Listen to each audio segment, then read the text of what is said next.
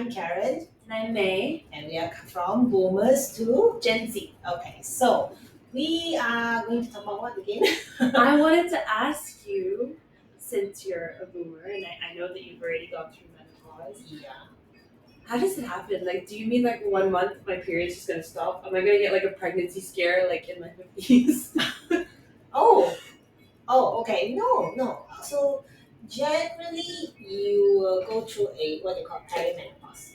So perimenopause can, for some women, start as early as their mid-30s. Oh no. Yeah, and it could hang around for 7, 8 years. So during that period of time you can't have babies too? You can. Oh, You do okay. get pregnant. You can have accidents. Okay. Yeah. So if you don't want, you still have to be very careful with that. But you should know that perimenopause basically it's most of the similar symptoms as menopause, but it's just that your period uh, is very irregular. So you may have 1 month your period, then it stops for 3 months, then it comes back again, and then if your regular cycle is 4 days, suddenly you may have 1 day cycles, you may have 7 day cycles. So it's like imagine like your hormones is jumping around in that ball, and it's just going, oh my god, I can't find out what's going on. Da, da, da, da, da, da. All right. Okay. So that's by definition. Then when you hit menopause, the definition is you haven't had your period for 12 months. Okay. All right. So the thing with perimenopause is, what you guys don't know is that when you hit a perimenopause, you are in probably your career is just really starting out, or I mean, it's heading towards somewhere, and it's getting very hectic. And then you have young children. So most women don't realize that they're actually going through perimenopause. Yeah, I didn't know it even existed really. Right. So that's the case, and most women will just kind of think, oh no, I missed my cycle, but because last month I was too busy with dealing with the project. I was very stressed. Yeah, that's what we always think, right? Like if someone misses their period, it's like, oh, like have you been sleeping properly, or maybe you ate something wrong. Correct. Yeah. So so we kind of miss the cues because life gets the better of our day, and then sometimes that's also where actually you get very frustrated because you are tired, your mood swings are getting haywire, you're not sleeping, so which doesn't help with your mood swings as well. And because remember, we talk about progesterone and estrogen, and how your level of progesterone, which is the calming twin sister, is gone, is starting to reduce, and therefore you can't handle the stress so well. And that's where, as well, where when it comes to couplehood, that's where a lot of bickering happens. Yes. So this is something that I think if we know about it, it's really important to kind of talk to your spouse or your partner and kind of say, hey, I think this is going on, and I need you to be supportive and kind of be a bit more understanding so that I can find that balance. But on your part as a woman, it's one thing to get your partner to be understanding, but you have to do everything you can so that you make it bearable as well. Yeah. Because it's not fun for them to see you angry and agitated the whole time as well, right? So you got to do your part to make sure that you are at a nice zen space, that you make conscious effort to self-care so that you have your breather and make everyone around you happier.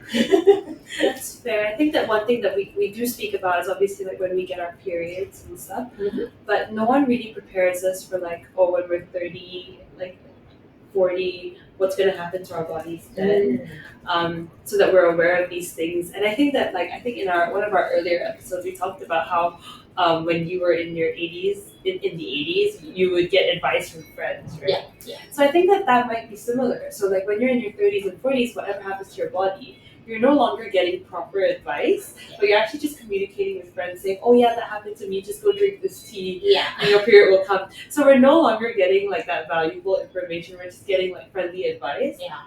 From a bunch of people who don't know also. Exactly.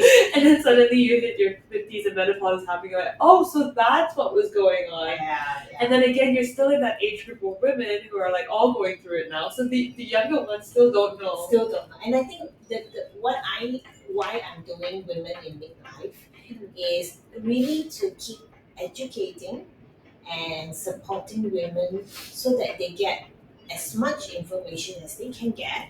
Um, and then you do your own due diligence. You do your own research to see what fits you, because there's not one size fit all for everyone, because our bodies react differently. Yeah.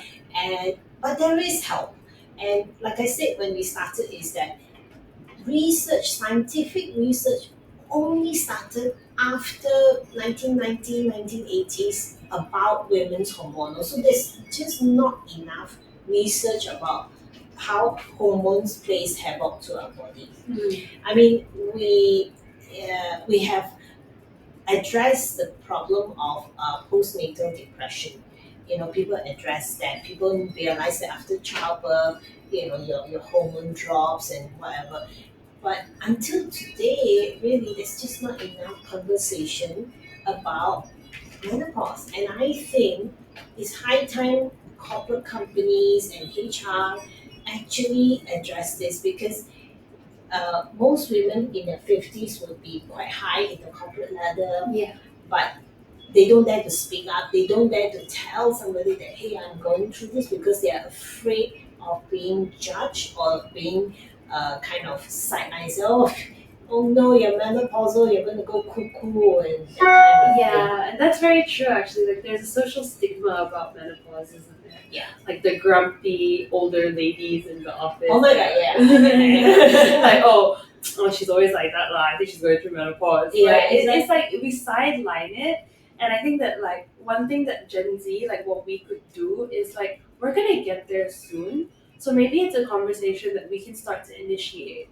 So if we know this type of information, and actually like women in midlife, I don't think it needs to just be for women who are going through it. It could also be for the younger sisters of the women or the daughters of the women who just want to know, so that we can be that support system for them, and also for like our older colleagues in the workplace. Yeah. If we see them down, we could always like then sort of recommend things and be like, hey, I read this somewhere, or I found this like really cool recipe book that's gonna like all of these little things. And I think that's how we could be an advocate for other women. Correct. As well, even though we're from different generations, because what goes around comes around, and we hope we will get help later. Exactly. we don't want to be the grumpy woman in the office. You don't want to be the grumpy one. And that's the whole purpose that I wanted to do this. And it's a rough road, because it's not easy to get women to open up. Yeah, no. It is actually quite a challenge, I have to say. But I'm enjoying that road, and I hope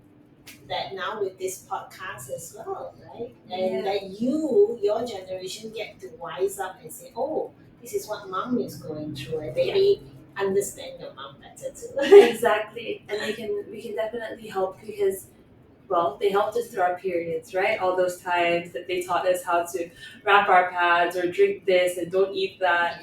I guess now it's our turn to do the favor. And like go and find out things that they might be too shy to talk about. We can initiate those conversations. I think so. And I think that if you understand and already aware now what that's going to face, you might be able to help yourself build better relationship with yourself and with the ones around you, really. Yeah. And we'll be stronger. Yeah. So again, a little disclaimer, we are here just to have some fun conversation, and I hope you are enjoying our podcast. Bye. Bye.